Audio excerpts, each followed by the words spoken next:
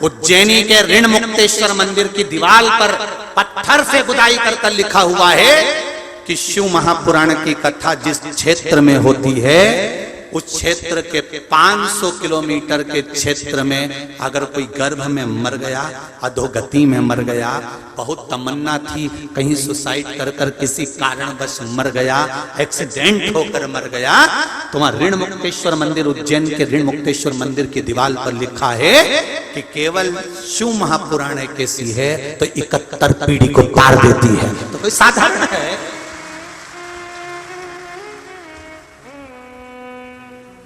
कोई सहजता नहीं है।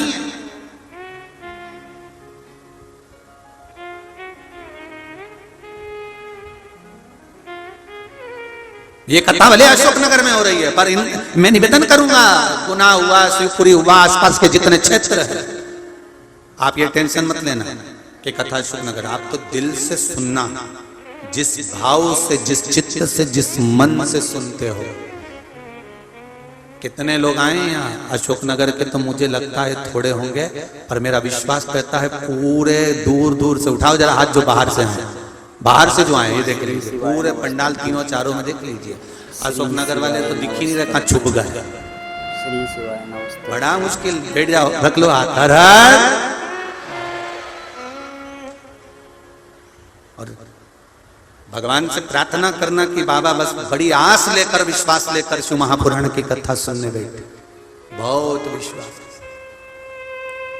और मेरे भोले तेरी नौकरी सबसे बढ़िया है, सबसे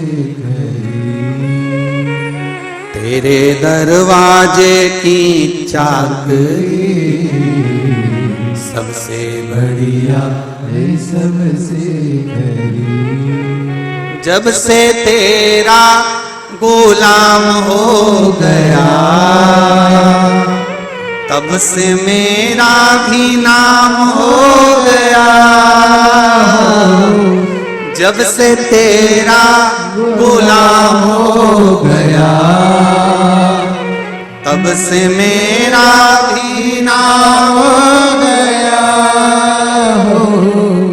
वरना औकात क्या थी मेरी, सबसे बढ़िया है, सबसे भोले बाबा को धन्यवाद देना। मेरे को कौन जानता था, कौन पहचानता था, क्या मेरा जीवन था, वरना औकात क्या थी मेरी, सबसे बढ़िया है, सबसे शिव भक्ति, शंकर की भक्ति, शंकर का स्मरण, शंकर का गुणगान तुम दिल से, हृदय से, चित्त से, मन से मांगो तो देगा। ओम नमः शिवाय। हृदय से। देवराज पत्नी के लिए कमाता, शिव देते, बच्चों के लिए कमाता, शिव देते, परिवार, भाई, बंधु, कुटुंब के लिए कमाता, शिव देते, संसार के कल्याण के लिए, परमार्थ के लिए कमाता, शिव देते। पर जब व्यक्ति व्यसन में, गलत चीज में डूबने लगता है, गलत मार्ग में जाने लगता है, तो भगवान धन से हाथ खींचना चालू करते हैं, फिर जीवन बेकार हो जाता है, व्यर्थ, फिर वो जीवन बेकार। देगा वो, जन्म दिया है तो पेट भरने की जवाबदारी उसी की है। पर आप अपने परिवार में और परमार्थ का काम, सत्कर्म करते रहिए, देने में कमी नहीं आएगी। जिस कुएं में पानी भरा ही रहता है, वो कुएं में एक दिन बदबू आने लगती है। जिस कुएं से पानी निकलता रहता है उसमें दूसरा पानी आता रहता है। धन संपदा भगवान दे तो उसको सत्कर्म में लगाने का प्रयास करो, आता रहे, कमी नहीं पड़े। सत्कर्म की ओर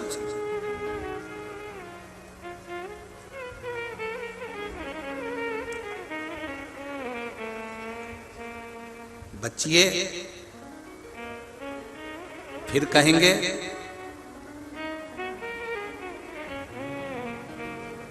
धन होगा, जेब में अगर मोबाइल है, गले में चेन पड़ी है, तुम्हारे पास में धन रखा हुआ है, धन होगा तो चोर की दृष्टि जरूर होगी। सुंदरता यदि आपकी है तो लुच्चों की दृष्टि जरूर होगी, और यदि भीतर शिव भरा है तो महादेव की दृष्टि जरूर होगी। ये निश्चित है, ये निश्चितता है आपकी चीज, जाने ना जाने। देवराज ब्राह्मण शरीर में ताप पड़ गया, शिव जी के मंदिर में चोरी का सामान लेकर पहुंच गया। शंकर भगवान की कथा चल रही थी, 2 क्षण की कथा उसके कानों में पड़ गई। वो 2 क्षण की कथा उसका कल्याण कर गई। बेलपत्री के वृक्ष के नीचे वो बैठा और शरीर से प्राण निकले, शिवधाम चले गया। शिव महापुराण की कथा कहती है, हमारे यहाँ पर श्राद्ध पक्ष में कौए को भोजन दिया जाता है। बोलो देते कि नहीं देते? जम के बोलो जरा। देते हैं। गौ माता को भोजन दिया जाता है, स्वान को भोजन दिया जाता है, किसी भिक्षुक ब्राह्मण, कोई भूखा, कोई साधारण कोई व्यक्ति को भोजन दिया जाता है। क्यों?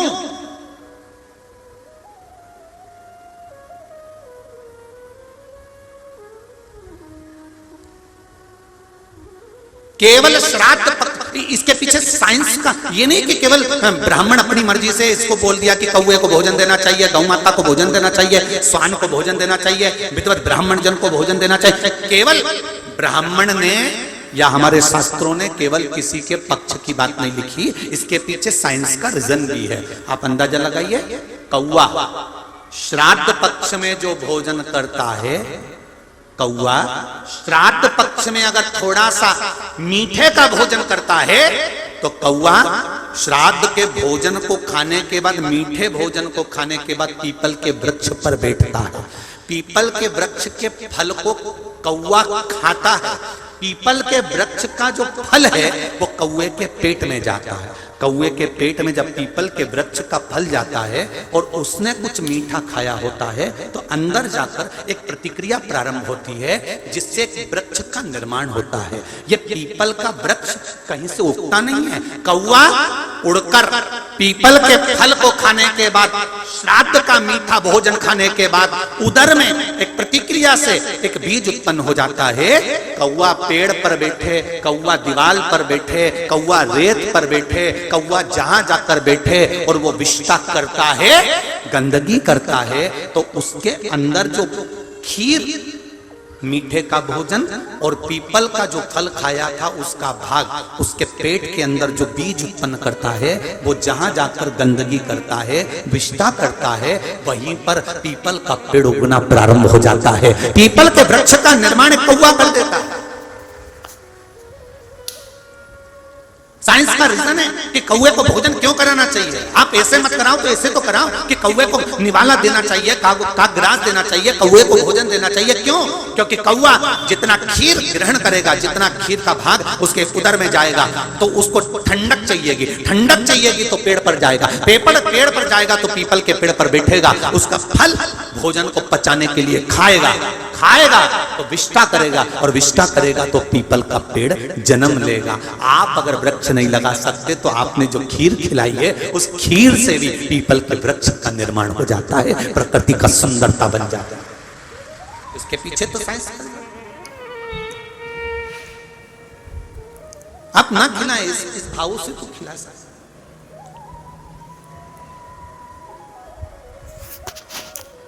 महाराज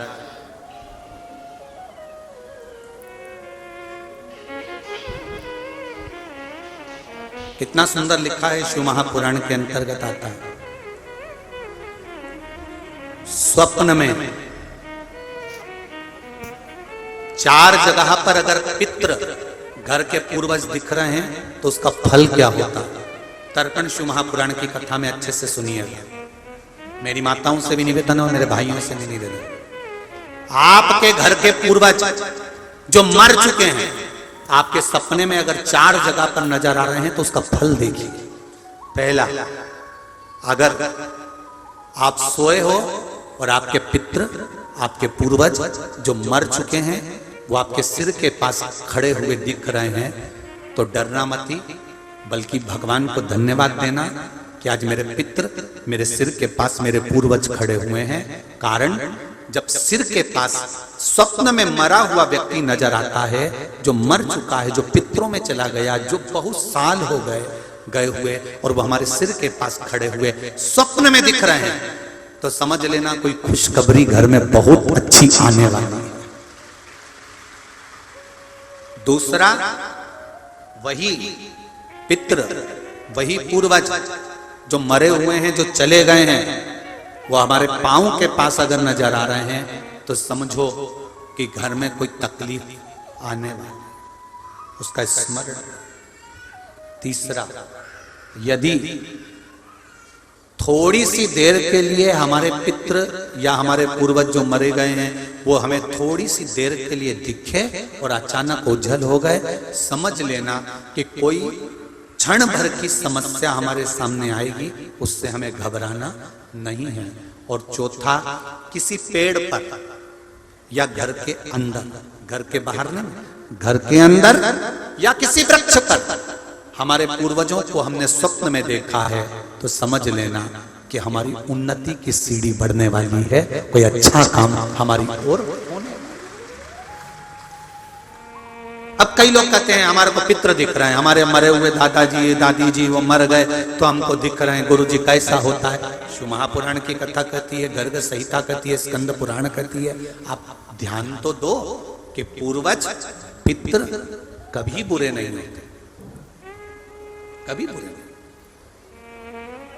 ओम नमः शिवाय, ओम नमः शिवाय, ओम नमः शिवाय।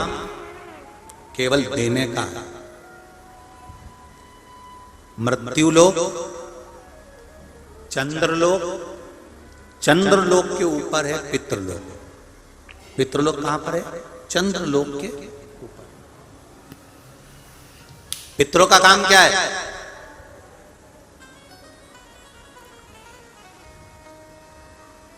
पितरों का कर्म है क्या?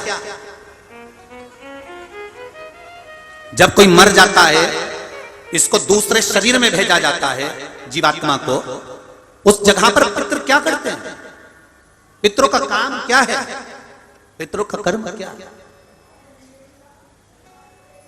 भगवान विष्णु का काम है, ब्रह्मा जी को आदेश दिया, ब्रह्मा जी ने सृष्टि का निर्माण करा, शिव जी ने समय समय पर इसका वर्णन कर संहार किया।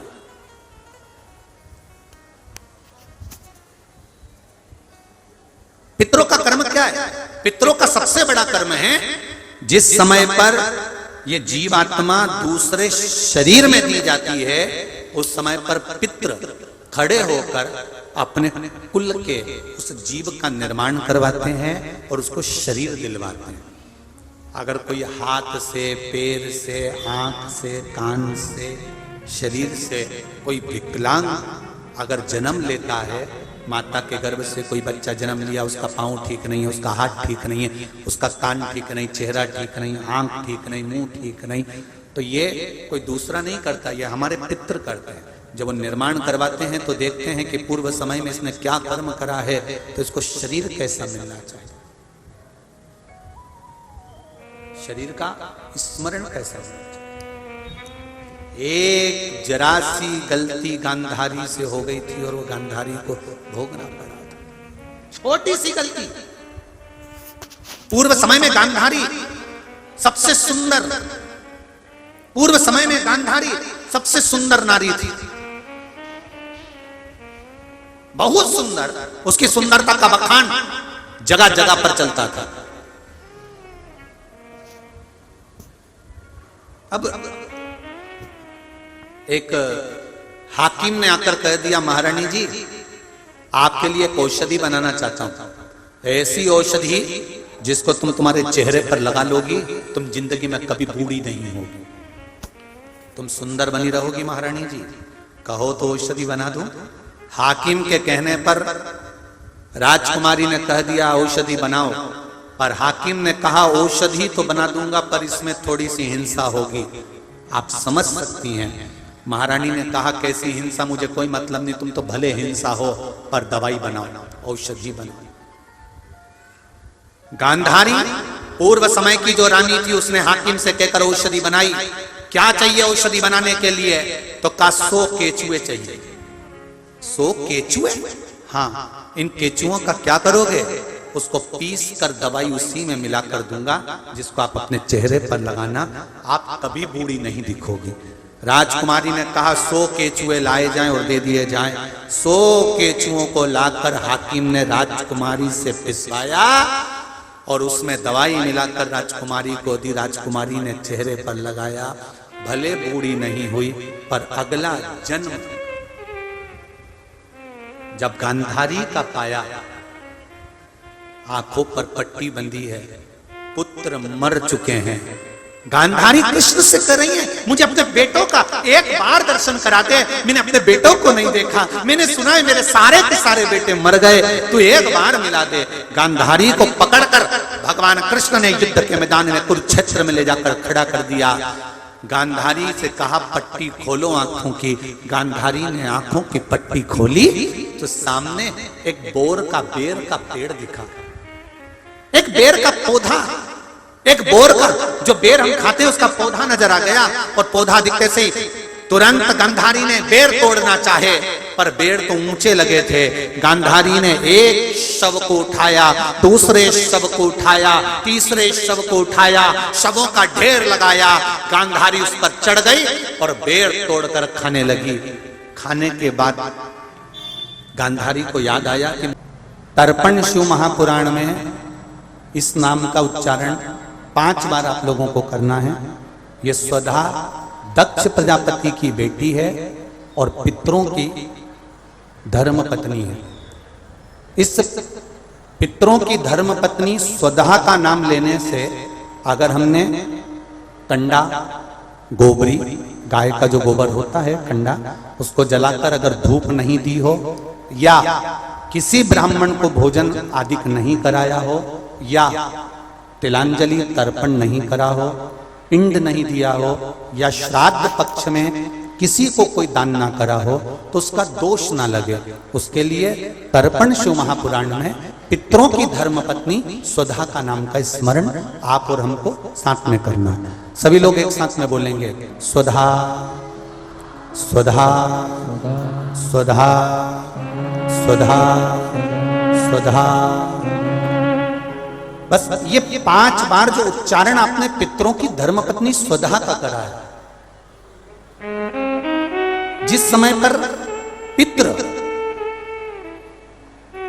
पितृलोक से आर्यमा देव के साथ में हमारे यहां पर आते हैं, और मेरा बहुओं से निवेदन है, बेटियों से निवेदन है, माताओं से निवेदन है, मान लो आपको कोई ब्राह्मण देवता ने कहा कि आपके यहां पितृदोष है, आपको कह दिया कि पितृदोष है, तो आपको घबराना नहीं है कि महाराज जी मुझे क्या करना पड़ेगा। पितृदोष है, एक चावल का दाना घर में से लीजिए, हथेली पर रखिए, पानी का जो मटका होता है, हंडा होता है, पानी का जो मटका है, हंडा है, जहां पर रसोई घर में तुम पानी रखते हो, उस हंडे के पास में, मटके के पास में उस चावल के दाने को लेकर जाइए, अपने पितरों का स्मरण कर कर स्वधा स्वधा स्वधा स्वधा स्वधा 5 बार बोलकर शंकर भगवान के शिवलिंग पर, तुम्हारे घर में शिवलिंग हो तो घर में, और अगर मंदिर में शिवलिंग हो तो मंदिर में, उस चावल के दाने को चढ़ा दीजिए। कैसा भी पितृदोष होगा समाप्त हो।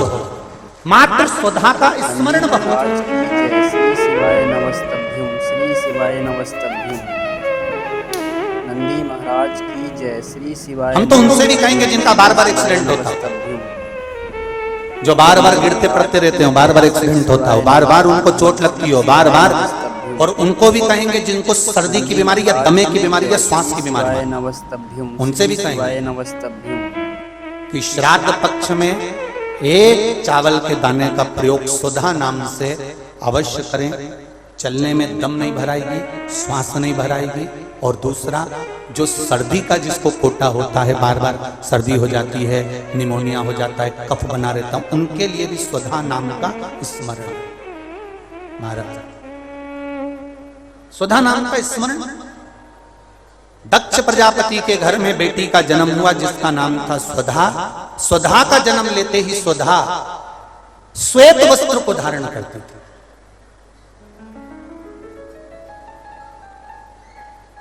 कोई वस्त्र अगर स्वधा पहन रही है तो श्वेत वस्त्र धारण कर रही है। एक दिन माता प्रसूति ने स्वधा को बुलाया। स्वधा, आप इधर आओ। स्वधा आई। हाँ मां। बेटी, जब घर में इतने सारे आभूषण हैं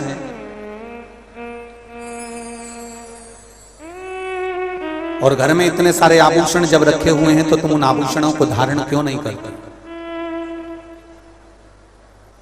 उन आभूषणों को क्यों नहीं पहनते?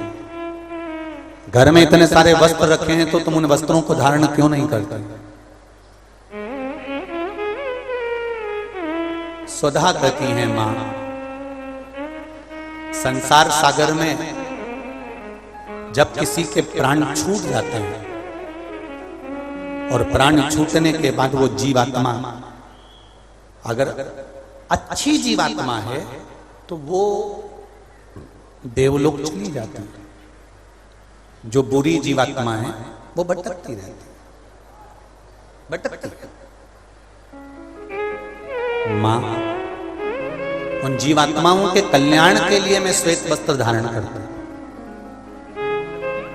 श्वेत वस्त्र, श्वेत चावल का दाना,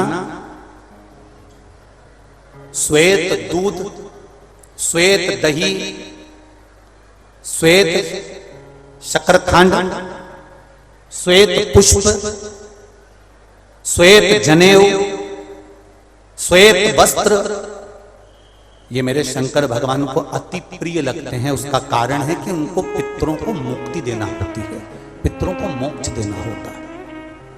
आज एक प्रश्न किसी ने सीहोर ऑफिस में भेजा है कि गुरुजी,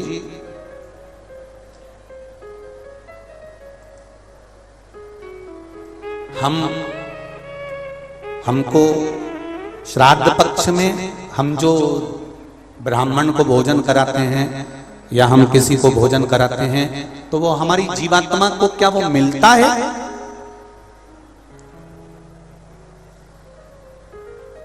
क्या विचार है भाई? अशोकनगर वालों बोलो जरा जल्दी से। प्रश्न भेजा है किसी ने। हम अगर किसी ब्राह्मण को भोजन करा रहे हैं, हम किसी को भोजन दे रहे हैं तो वो हमारी जीवात्मा को मिलता है। 3 प्रश्न हैं और तीनों प्रश्न का उत्तर जरा देखिएगा, बड़ा ध्यान रखना। और जिसने प्रश्न करा है उत्तर प्रदेश से, वो ध्यान से सुनना भाई। हमने ब्राह्मण को भोजन कराया, हमने संत को भोजन कराया, हमने गुरुजी को भोजन कराया, तो वो मिलेगा। पहले तो ये अंदाजा करिए कि आप भोजन दादा ससुर के नाम से करा रहे हो तो दादा ससुर का नाम लेना पड़ेगा। बोलो सही है कि गलत है?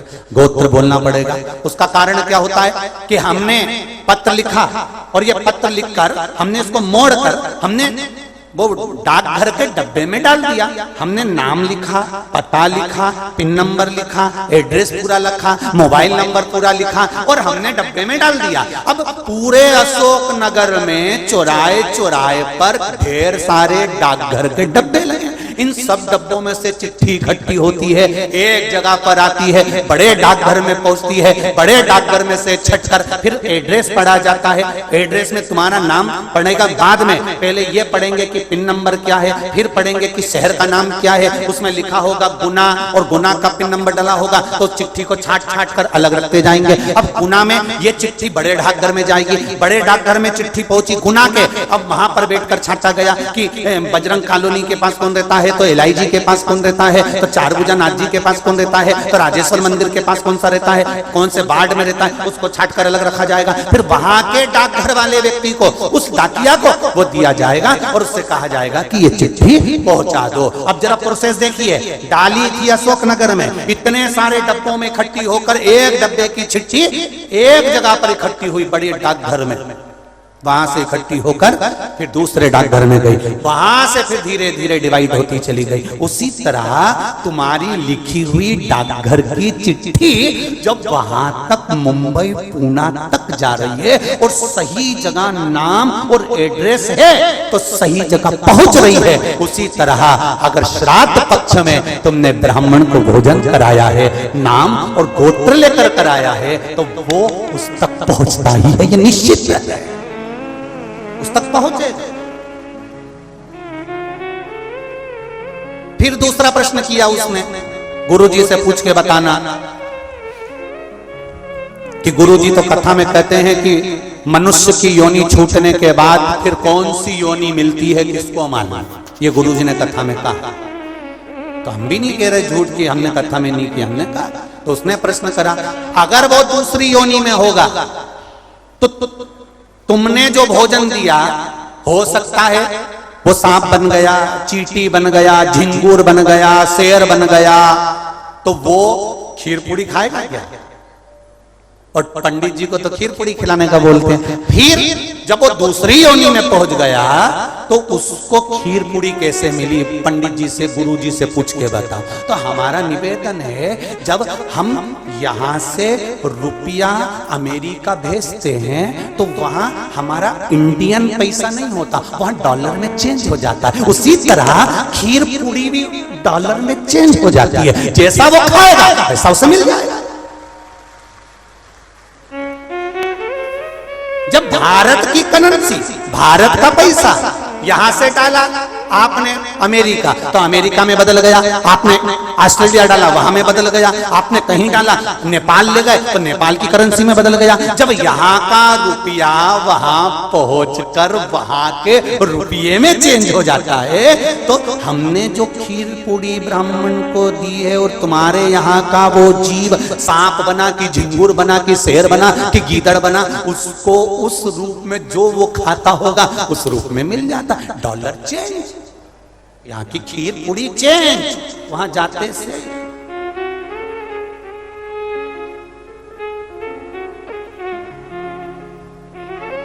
फिर तीसरा प्रश्न लिखा, अगर हमारे घर के पूर्वज शिव महापुराण की कथा सुन सुन के तर गए तो फिर हम श्राद्ध काय को करें?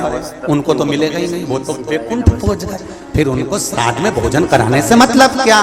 तो हमारा इतना सा कहना है, यूपी वालों जो तुमने प्रश्न करा बहुत जोरदार करा रे, तो एक उत्तर और अच्छे से सुन लो कि मान लो तुमने अगर श्राद्ध में भोजन कराया और तुम कह रहे उनका तो मोक्ष हो गया शिव पुराण सुनकर, फिर श्राद्ध करने से कौन सा फायदा? तो तुम भोजन कराओ, ये भोजन का फल वहां जाएगा। जैसे तुमने कोई सामान या रुपया मुंबई भेजा तुम्हारे रिश्तेदार किया और मुंबई में रिश्तेदार का मालूम पड़ा कि उनने घर छोड़ दिया या वो कहीं चले गए या वो कहीं समाप्त हो गए, तो वो रुपया वो सामान तुम्हारा वापिस तुम्हारे पास आ जाएगा। तो तुमने जो पुण्य करा है अगर उसने नहीं लिया तो वो पुण्य तुम्हारे खाते में वापिस आ जाएगा। इसलिए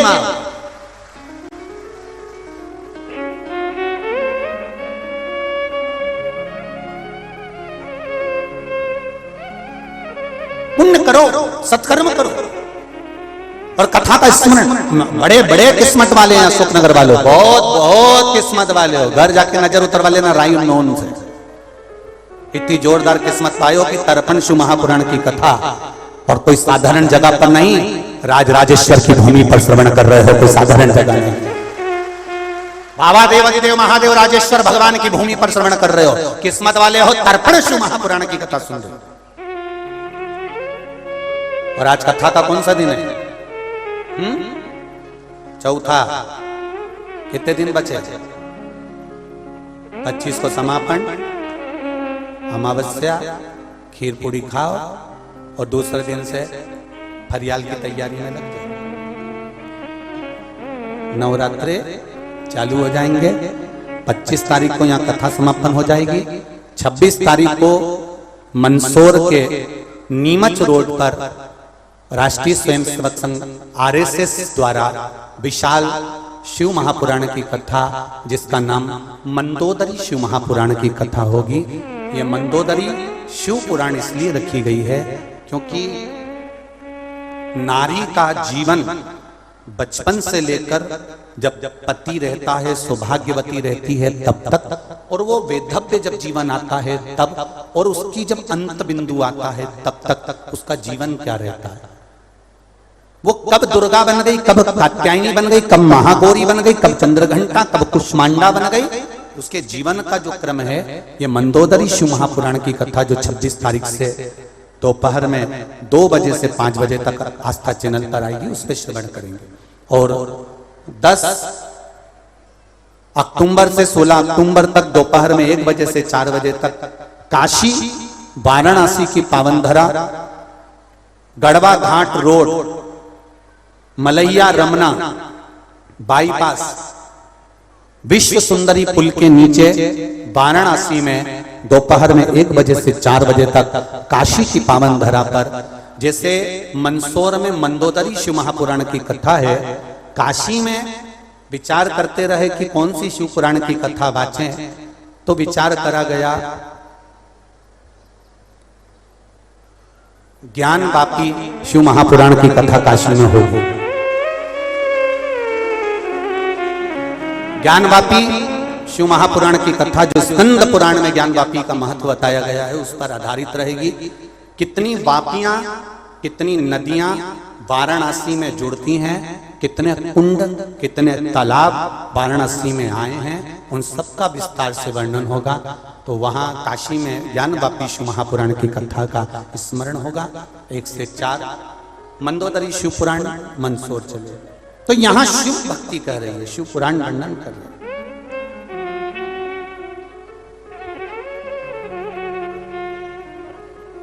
स्वधा अपनी माता से कर रही है, मां मेरे श्वेत वस्त्र से मैं जीवों का कल्याण कर। तो जो प्रश्न करने वाले हैं उनको स्मरण हो कि श्राद्ध में भोजन कराना कितना जरूरी है। अन्न का दान मूल है। फिर एक बार साथ में 5 बार स्वधा का नाम का स्मरण। जितने आस्था चैनल पर बैठे हैं, जितने फेसबुक यूट्यूब पर सुन रहे हैं, सब साथ में बोलेंगे स्वधा स्वधा स्वधा स्वधा स्वधा। ये शिव भक्ति की मूल है।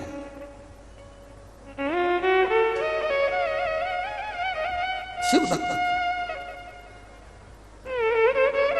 दक्ष प्रजापति के पास में प्रसूति ने जाकर निवेदन किया।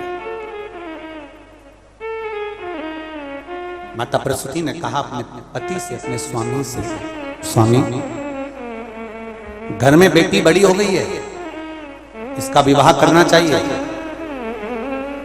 और स्वधा का विवाह किससे करें, क्योंकि दिन भर तप मुद्रा में रहती है, दिन भर शांति से बैठकर भगवान शिव की भक्ति में डूबी रहती है। इसका विवाह किससे किया गया?